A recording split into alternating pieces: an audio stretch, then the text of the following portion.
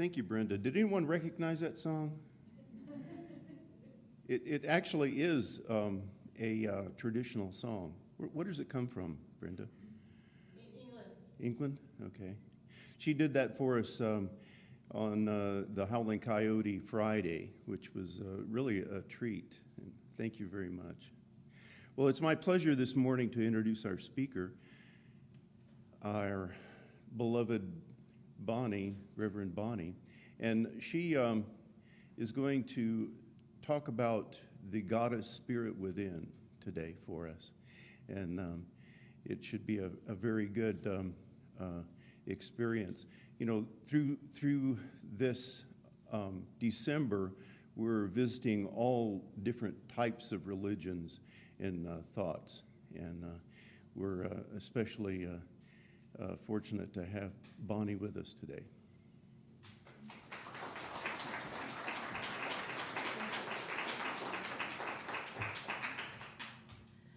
Good morning. Good morning. As per usual, it's always my pleasure to be here and to be able to speak with you. And this morning is especially dear to my heart, and you'll find out why as we get through the morning. But as Skip said, we are recognizing and honoring all the paths to the one truth or that support the one truth this month. And so David asked me earlier, well, where's Buddha in this display? And I said, don't worry, Buddha's going to be here next week. So if anybody's concerned that Buddha's not on the display, Buddha will be here next week.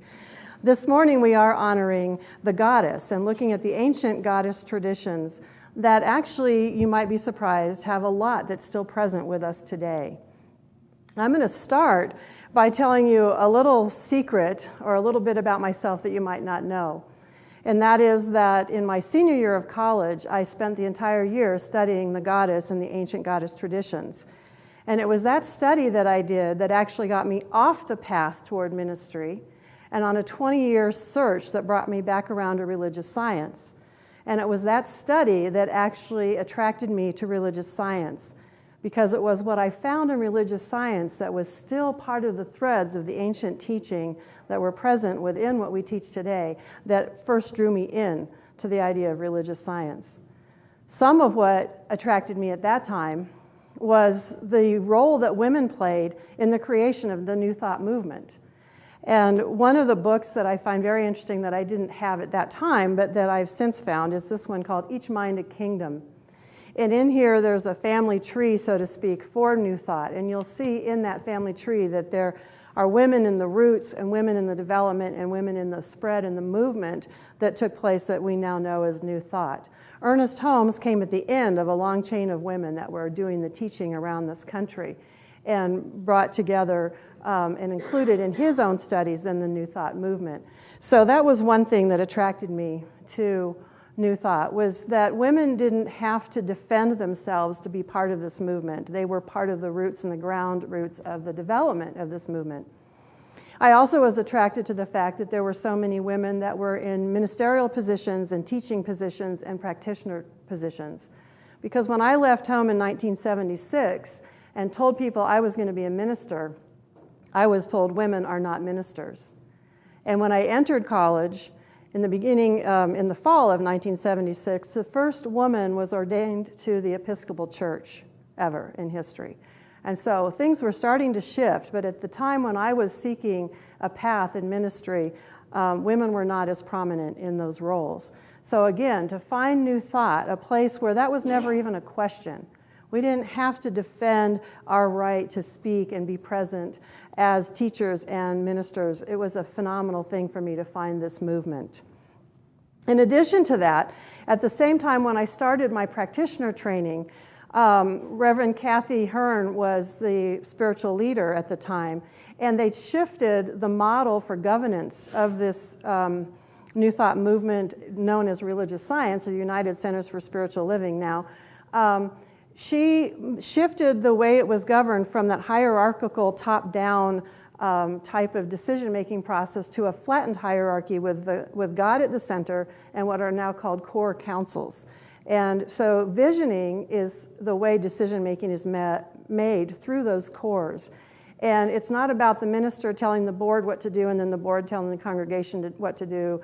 It's about all of us visioning together and finding how we feel Spirit guides us. And that's how we have been running things here at the center since I've been the interim minister. And I love that way of working. I don't go from a top-down perspective. And that was part of also what attracted me to religious science.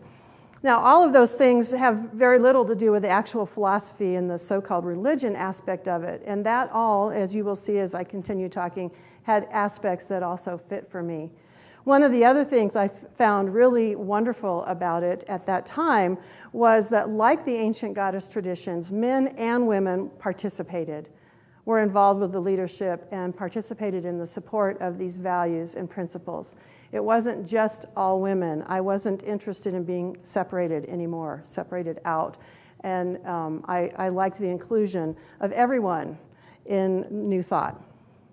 So, how then did I discover the goddess traditions and those religions? And I do refer to them as religions.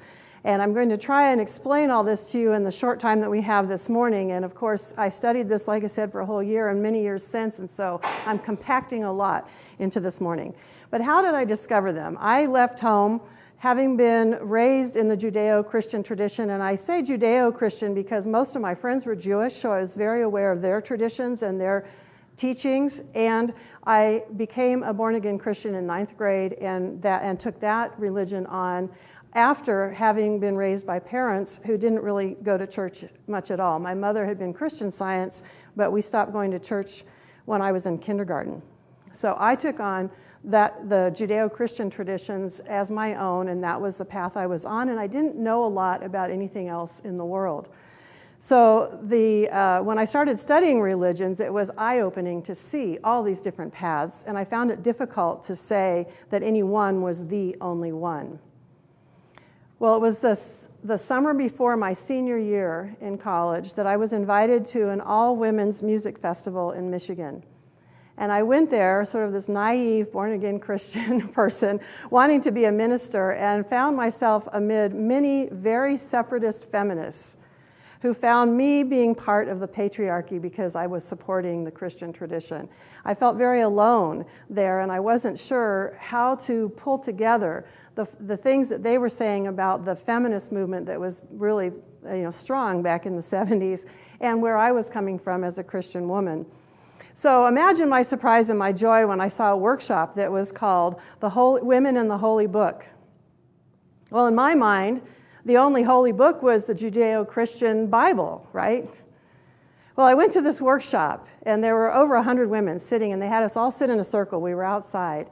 And the facilitator wanted us all to introduce ourselves. I was about halfway around, straight across from her. And as the women started introducing themselves, they were saying things like, my name is so-and-so, and I'm part of a coven. We have about 13 people, and I'm in this town, and I'm part of a coven. We have 12. We have room for somebody else. And I'm thinking, what are they talking about?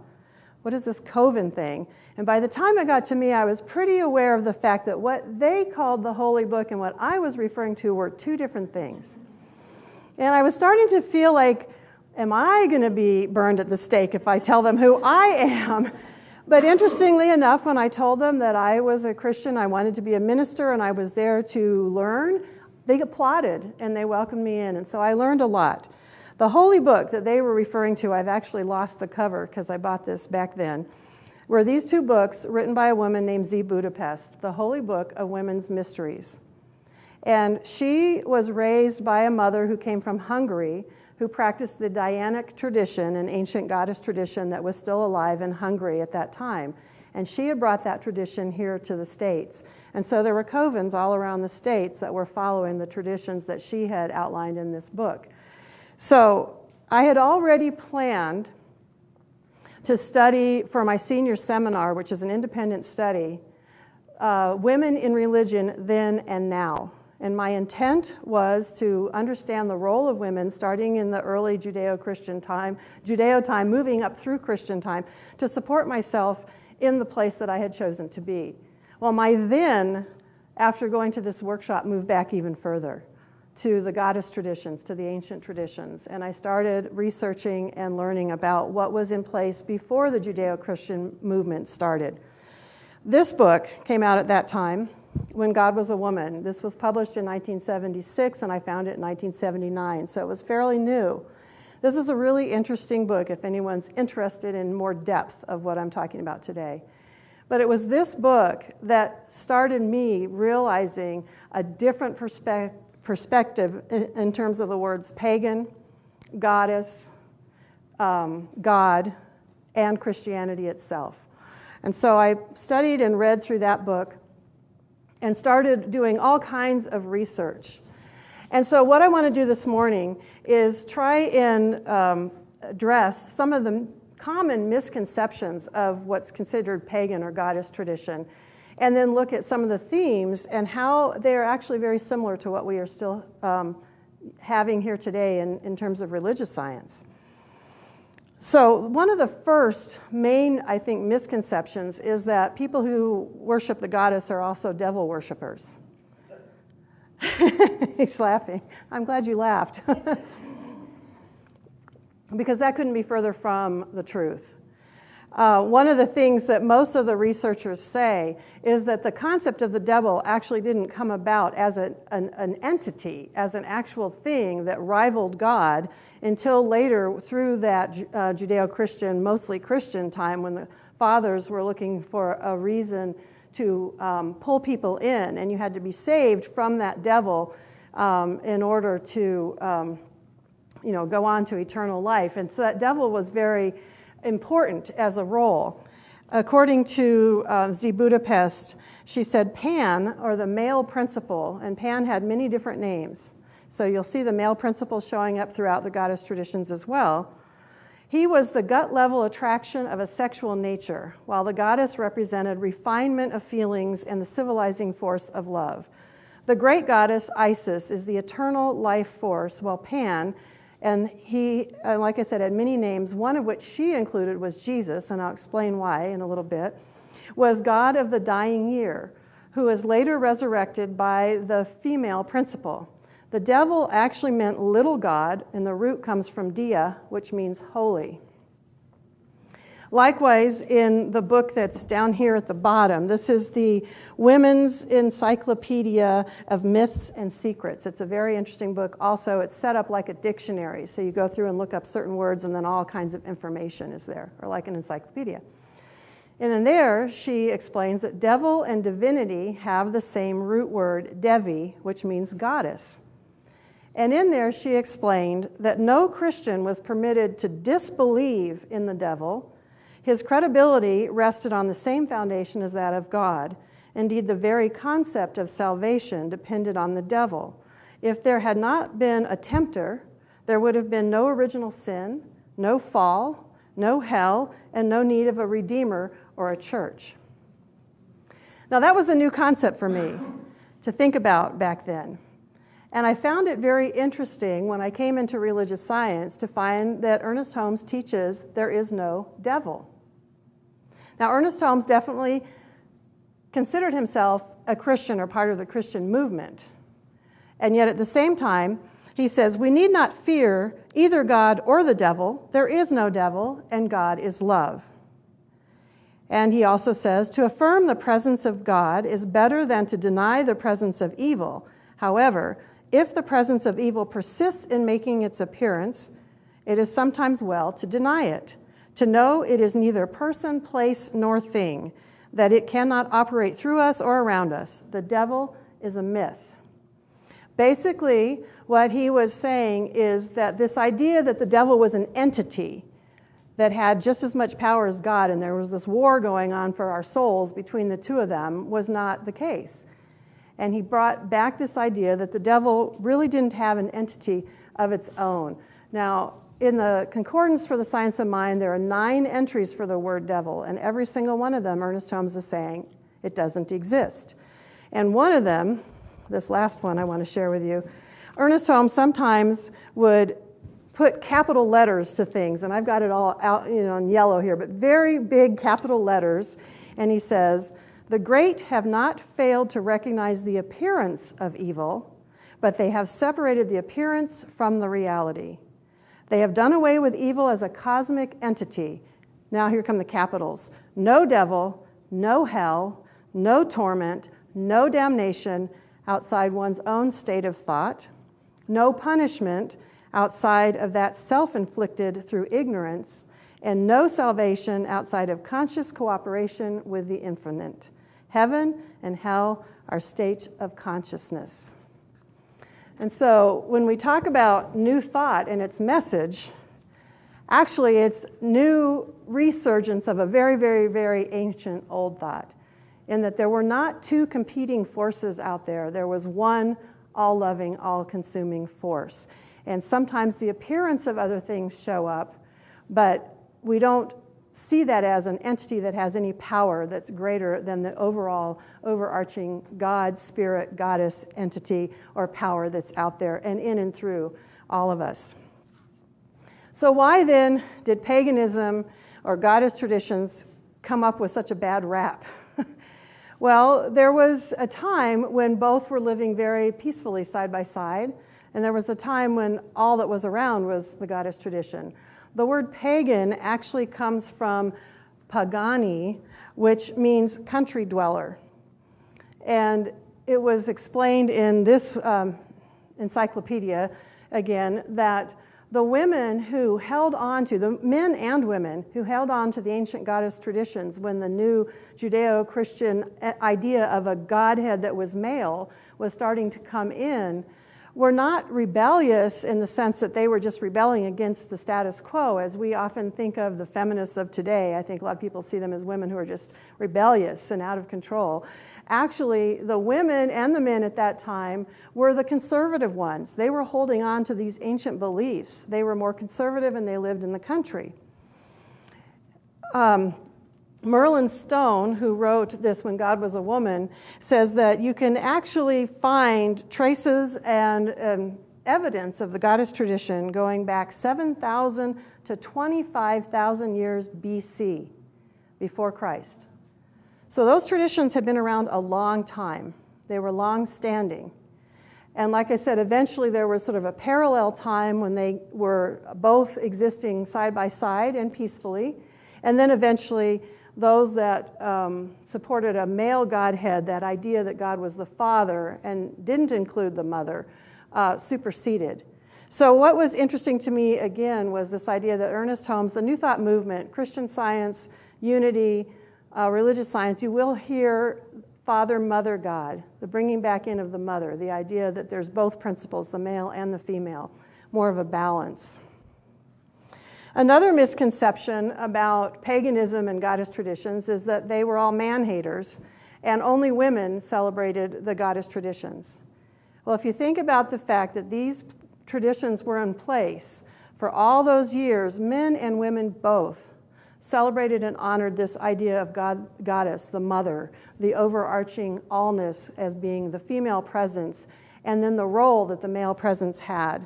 Fertility was extremely important in these traditions, and it became evident that the male was necessary for fertility as well as the female. So another misconception then is that these were all just fertility cults. They would use the term cult instead of religion or tradition, and that all of the people that celebrated them or were partaking in them were basically just oversexed people. Well, let's talk about fertility for a moment.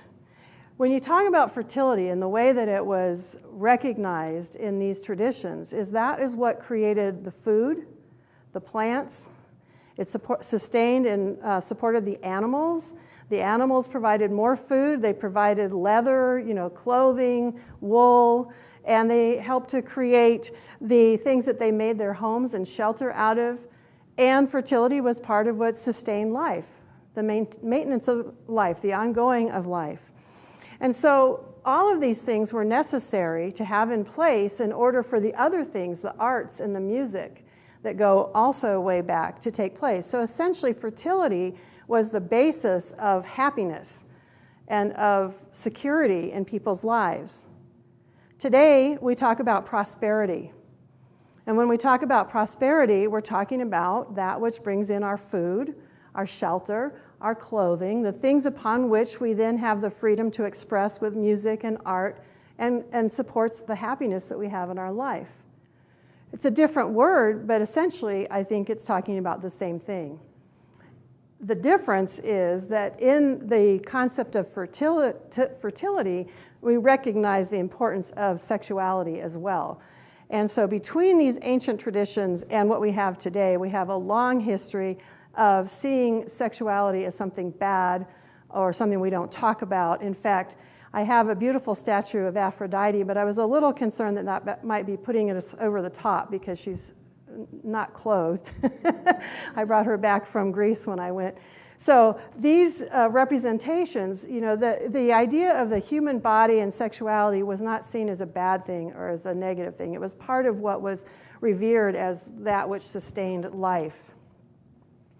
Another misconception then that I think comes out of the fertility aspect is that all of the people that were involved with paganism or goddess worship were just nature worshipers and that they were idolatrous, that they basically took the items from nature and worshiped those things, or the cow, which was a symbol for Hera, one of the goddesses, that they were worshiping the symbols as opposed to the essence of the goddess that was behind it.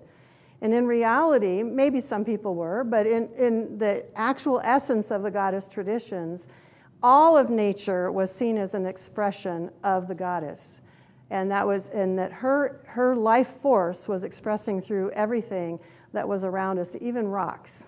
So all of these different things that we bring inside the evergreen, all of these plants were seen as expressions of the goddess. Each person was seen as an expression of that. And so those different expressions were then given sometimes human form or characteristics or names that were then seen as many gods or many goddesses. The goddess, first of all, in the Science of Mind glossary under the word symbols, Ernest Holmes is actually talking about Jesus, and he says, to him, everything in the natural world was a symbol of some spiritual truth. Everything in the natural world was a symbol of some spiritual truth. And likewise, I think in religious science, we talk about God expressing through each and every one of us and through all of creation. So in that way, it's very similar to the ancient goddess ideas. And so one of the names for the goddess was the one of many names.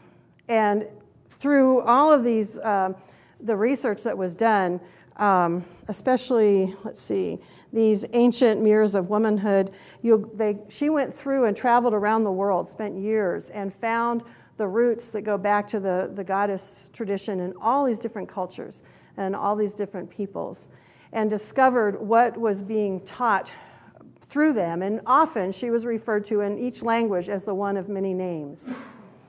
And so if you think about it, I can talk about myself, and I can be named by my son as mother. By my brother, I'm named sister. By my parents, I'm named daughter. By other people, I'm friend, partner, lover, teacher, minister, interpreter. I have many names by which I can be known.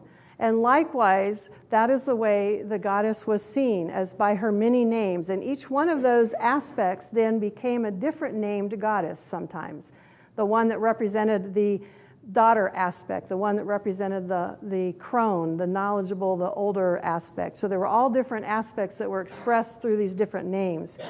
We see that in the Christian tradition through the Father, Son, and Holy Spirit. 3 names that are to be all one. One of the things that is often held up about the Judeo-Christian tradition is that it was a movement from polytheism to monotheism, from multiple gods to a single God. And yet in reality, that those many gods and goddesses were seen as all expressions of this overarching one mother, this overarching one entity.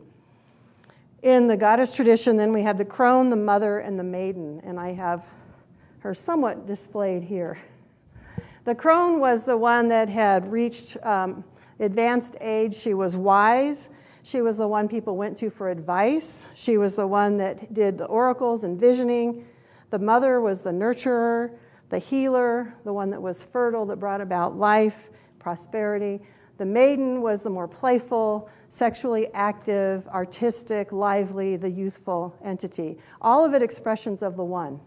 All of it part of the one. Ernest Holmes, one of the things that we study are all the many different names that Ernest Holmes uses other than just God. If you take any of our classes, sometimes we just list them out. There's many names for the one, the wholeness, the allness, and the many expressions that God or goddess or that spirit, the universe has. And so in that way, religious science also teaches that there are many names for the one. So what are some of the common themes then that are being taught in these traditions? Well, we've talked about fertility and prosperity. Healing is another main theme. The goddesses were who people went to, now their representation on earth were the priestesses and priests in the temples. So they went to the temples for healing. The people that were trained in the ways of the goddess knew how to use the herbs and the plants and spiritual healing, spiritual means of healing. So people went there for their healing. And that's where they originally started medical practices that then spread out and got studied in other ways. And one of the key things about religious science is healing and the use of a practitioner, somebody who is trained in how to go about those spiritual forms of healing. And we support all forms of healing, whether people choose to use herbs or the doctor or acupuncture or whatever they choose to use. We support all forms of healing and see God working in and through all of them. The temples were the center of the community. It's where everything took place, which is very similar to how our pueblos were structured. A lot of our cities were structured in modern time. The church is the center. The mission was the center of all of the activity. Love was a key component, and love had more than one word to describe all of its aspects. There was the Aphrodite of sexual love. There was the nurturing, mothering love. There was the deeply spiritual love that did the prophesying and the connecting with people and that inner love that they felt for the goddess herself. And there was the idea that the goddess spoke through the priestesses. Now, we don't quite say that in this tradition. We feel that God and Spirit speaks through each one of you, to you directly. But people went to the temples, to the priestesses, to get the word of God or goddess, to find out what direction they should go, what was going to happen for them in the future. And the people running the cities and the towns would go for direction in how to govern. And I thought, wouldn't that be interesting if people came to our vision corps who were running our cities and asked us to vision with them to determine how they wanted to make decisions for our communities? I think that would be a fabulous idea. Another concept was logos, the idea of the word.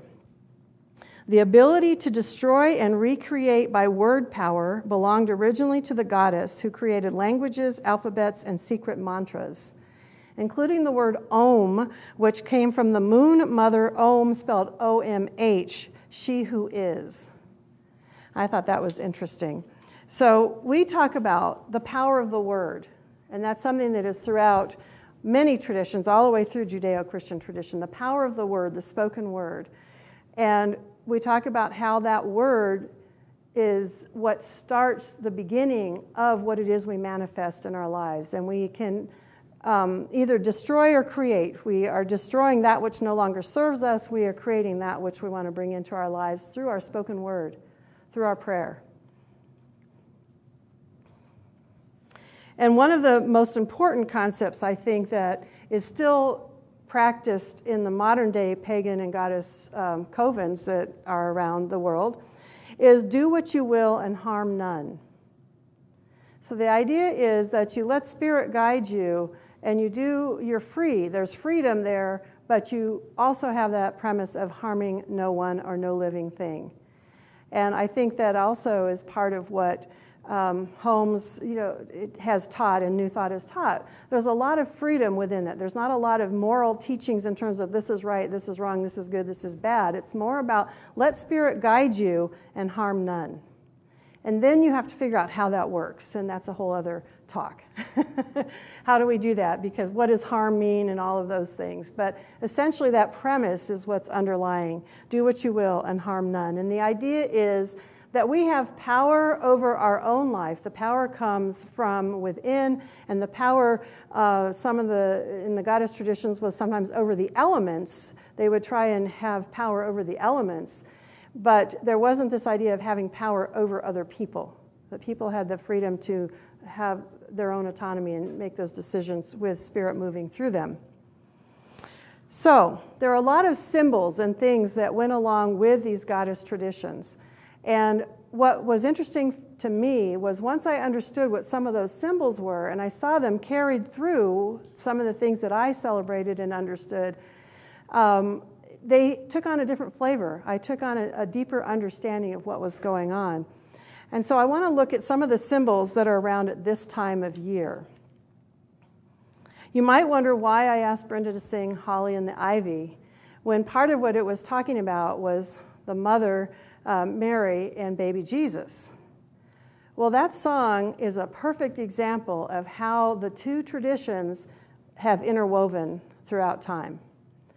Because the symbol of the mother with the baby on her lap, I can hold this up, which we traditionally know as Mary and Jesus. The idea of a virgin giving birth, which today in our culture seems impossible and seems out of the ordinary, was part of the norm in the goddess traditions. It was part of the ideology that was there because the term virgin had a bit of a different meaning.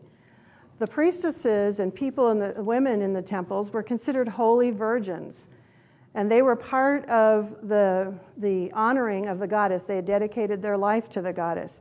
But that didn't mean they weren't sexual. The title didn't mean physical virginity. It meant simply unmarried. The function of such holy virgins was to dispense the mother's grace through sexual worship, to heal, to prophesy, to perform sacred dances, to wail for the dead, and to become brides of God. And there were rituals throughout the year that signified this experience. Well, people who have done research on the man Jesus, most researchers will tell you he was not born in December. And I hope I don't burst anybody's bubble by telling you that today. But he wasn't born in December. But when the people that were carrying out his teachings were trying to bring these teachings into the world, people were so steeped in holding on to these ancient goddess traditions, they had to do some shifting with the new teaching in order for it to be accepted and brought on.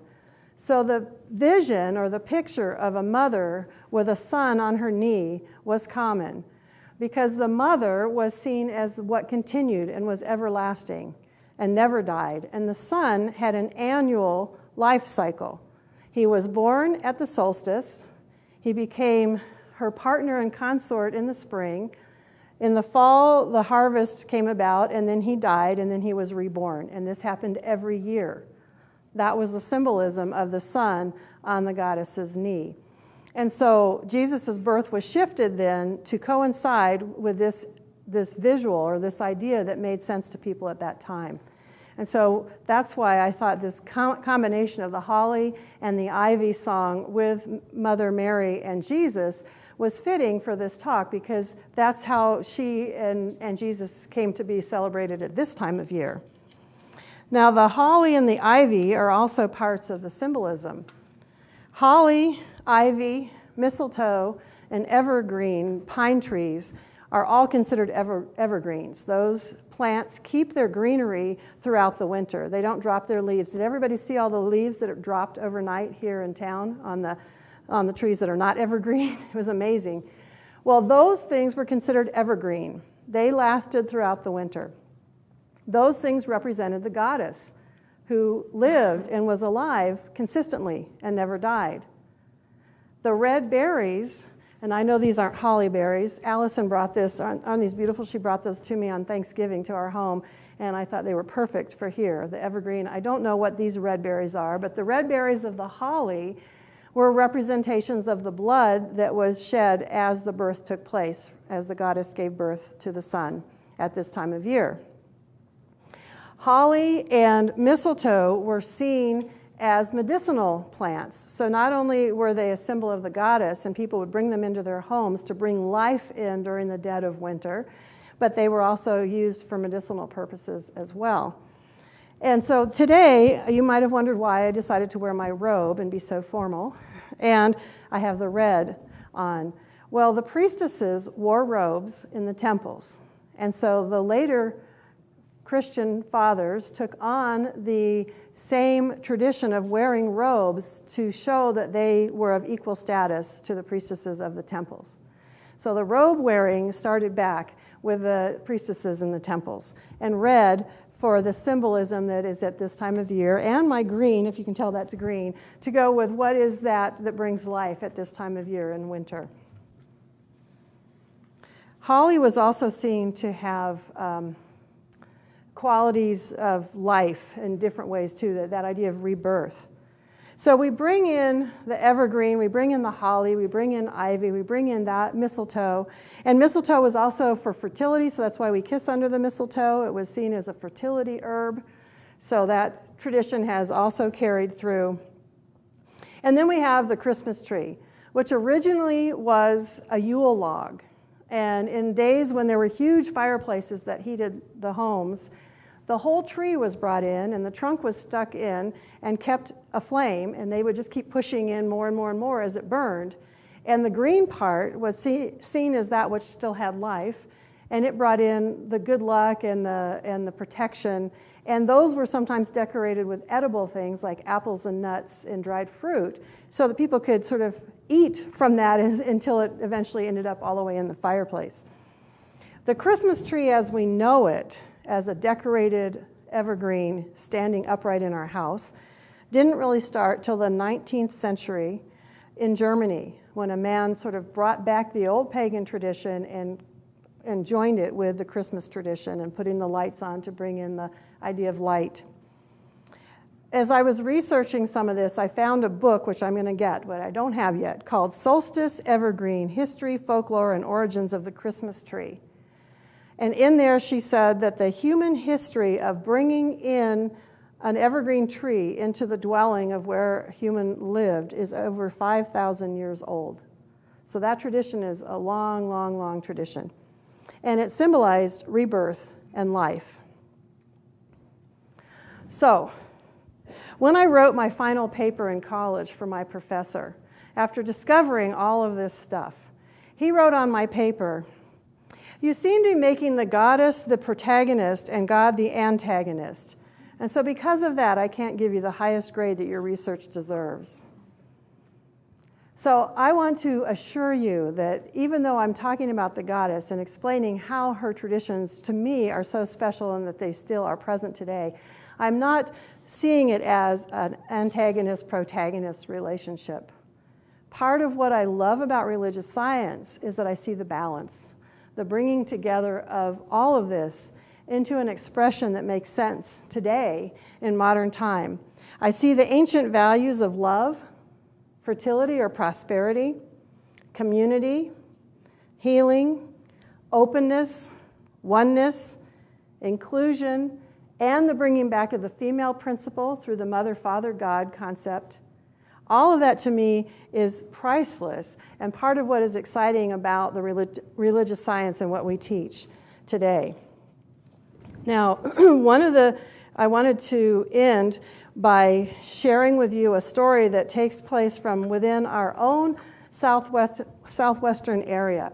This is the account of Spider Woman, a creator who was known among the Pueblo people here in the southwest of North America. Hold on, it's very dry, sorry. Keep in mind that Ernest Holmes taught we need to stay open at the top. That's why we look at all these many paths, because we continue to learn and we continue to stay open at the top. So Spider Woman, in the beginning there was nothing but Spider Woman. She who was called, and I can't say this Pueblo word, Sasistanaco. She was referred to the translation as the thinking woman or thought woman. She created with her thoughts. Where have we heard that? There's a lot of the story that I'm not going to read, but part of it is, to each she attached a thread of her web. It is for this reason that each person has a delicate thread of web connected to Spider Woman, connected to the doorway at the top of the head. Those who do not know this allow the door to close. But it is only when we keep the door open by chanting through it that we may draw upon this link to the creative wisdom of Spider Woman. Many forgot about the door. Many people grew cruel and corrupt. They forgot the ancient wisdom. 3 times over, people forgot, and 3 times they were washed away in great floods. Floods are also a common story throughout many areas in the world. But each time, Spider Woman saved those who did remember, those who had kept the door at the top of their heads open. Only those who remember to keep the door open to draw upon the wisdom of Spider Woman know which way to travel, for they can see and feel the thread that is part of the web of destiny that Spider Woman weaves. Isn't that an interesting story? So obviously there are many paths, many ways that God and Goddess expresses throughout this world and throughout all time. I've only shared with you just a drop of all of the different things that are here and present that I could talk about. So at this time of year, with this symbolism that's out here, whatever it is that speaks to you, whether it's the birth of Jesus on Mother Mary, the Virgin Mary's knee, whether it's the birth of the Son to the Goddess, whether it's the rebirth of the light, the metaphysical meaning behind all of it and through all of it is the rebirth of our own inner light. That we find that inner light, that we illumine our own path with our inner light and allow that to be what carries us forward. And so, as they say in Goddess Covens, blessed be, or so mote it be, and as we say, and so it is.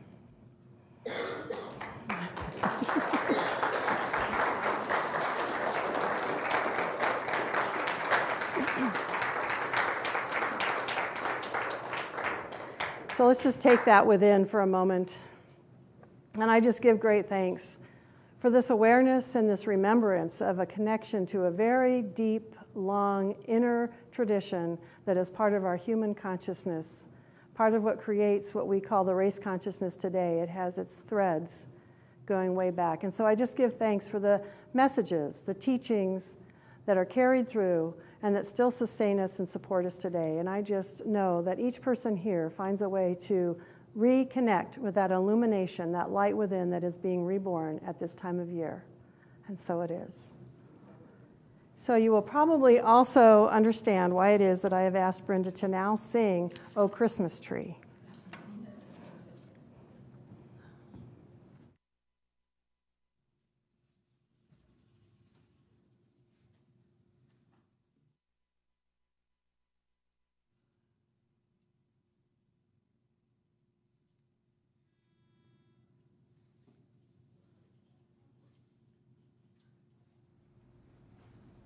Oh, Christmas tree, oh, Christmas tree, how lovely are your branches.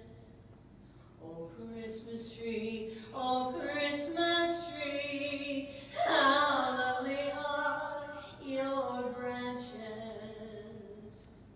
In beauty green will always grow through summer sun and winter snow. Oh, Christmas tree, oh, Christmas tree, how lovely are thy branches.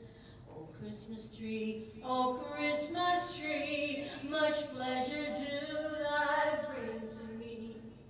Much Christmas tree, oh, Christmas tree, much pleasure do you bring me. How often you give us delight in brightly shining Christmas light.